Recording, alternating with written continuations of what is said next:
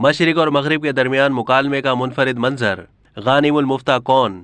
تلاوت قرآن کے ساتھ قطر فیفا ورلڈ کپ کا افتتاح ہوا۔ امریکی فلم اسٹار مورگن فری مین نے معذور نوجوان قطری حافظ غانم المفتہ کے ہمراہ تقریر کی۔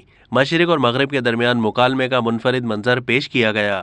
پہلی بار فیفا کی افتتاحی تقریب میں تلاوت کا اعزاز حاصل کرنے والے کا نام غانم المفتہ ہے، جو قطر کے مشہور یوٹیوبر اور حافظ قرآن ہیں۔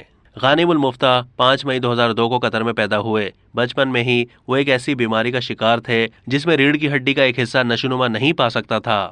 انہوں نے جب تعلیم کے لیے اسکول جانا چاہا تو انکار کر دیا گیا۔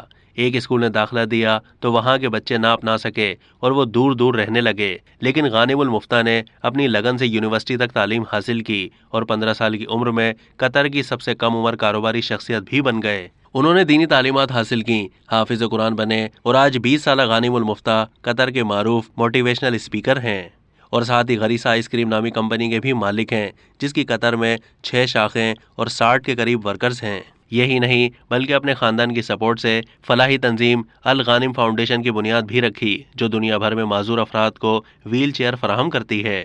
غانم کو معذوری کبھی نہیں ہرا سکی۔ وہ اسکول میں دستانے پہن کر فٹ بال کھیلنے کے ساتھ سمندر میں 200 میٹر تک غوطہ خوری کے جوہر دکھا چکے ہیں۔ فیفا کی افتتاحی تقریب میں امریکی اداکار مورگن فری مین نے اسٹیج کی زمین پر بیٹھ کر غانم المفتہ سے باتیں کی اور ان سے سوال کیا کہ کیا دنیا کی اتنی ساری قومیں، ثقافتیں اور نسلیں ایک ساتھ رہ سکتی ہیں، جس پر اس معذور لڑکے نے قرآن سے حل بتایا۔